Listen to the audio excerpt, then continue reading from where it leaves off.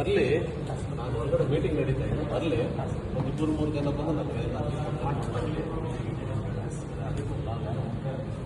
ಮುಖ್ಯಸ್ಥರಿಗೆ ನಾವು 3 ಜನ ಮೀಟಿಂಗ್ ನಡೀತಿದ್ದೆ. ನಮ್ಮ ಕಾಯಿ ಸರ್ ಬೇಡ ಅಂತೇಳಿ ಈಗಲೂ ಬರೋಕ್ಕೆ ಬಂದಿದ್ದಾರೆ.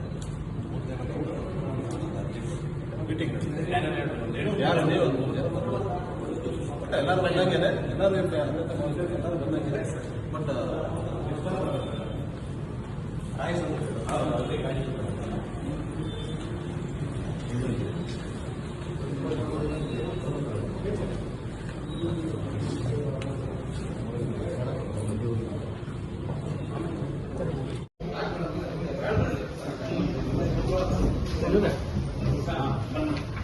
ಸರ್, ನಮ್ಮದು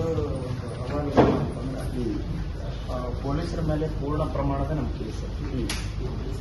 ಪೊಲೀಸರ ನಂತರ ಈ ಪ್ರಕರಣನ CID ಕೊಟ್ಟ ಮೇಲೆ CID ಮೇಲೂ ನಮಗೆ ಪ್ರಕಾರ ಏನಾಗುತ್ತೆ ಸರ್, ಡೈಲಿ ಈಗ ಒಂದು ಹೇಳಿಕೆ ಕೊಡೋದು, ನೆಕ್ಸ್ಟ್ ಒಂದು ಅರ್ಧ ತಾಸು ಬಿಟ್ಟು ಮತ್ತೊಂದು ಹೇಳಿಕೆ ಕೊಡೋದು, ನಾಳೆ ಒಂದು ಬೆಳಗ್ಗೆ ಬೇರೆ ಹೇಳಿಕೆ ಕೊಡೋದು, ಹೀಗೆ ಅಂತ ಪ್ರಕರಣಗಳಿಗೂ ತಮ್ಮ ತನಿಖಾದಾರಿ ತಪ್ಪಿಸುವಂಥ ಷಡ್ಯಂತ್ರಗಳು ಈ ಪ್ರಕರಣಗಳು ನಡೆಯುತ್ತವೆ.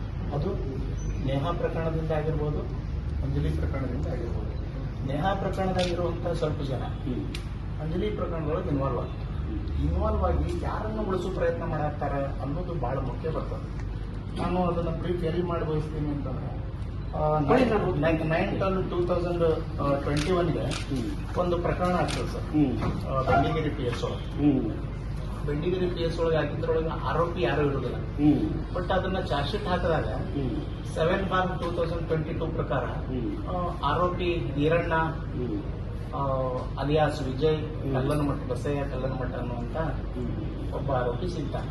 ಆ ಆರೋಪಿ ಈಗ ಅಲ್ಲೇ ಏರಿಯಾದಾಗ ಮಾತಾಡೋ ಪ್ರಕಾರ ಅವ ನಿರಂತರವಾಗಿ ಇವ್ ಯಾರು ಗಿರೀಶನ್ ಜೋಡಿ ನಿರಂತರ ಸಂಪರ್ಕದೊಳಗಿದ್ದ. ಫೋನ್ ಮೇಲೆ ಗಿರೀಶಿಗೆ ಪ್ರವೋಕ್ ಮಾಡಿದ್ದ ಅವನು ಅನ್ನುವಂಥದ್ದು ಅಲ್ಲೆಲ್ಲರೂ ಹೇಳತ್ತಾರೆ.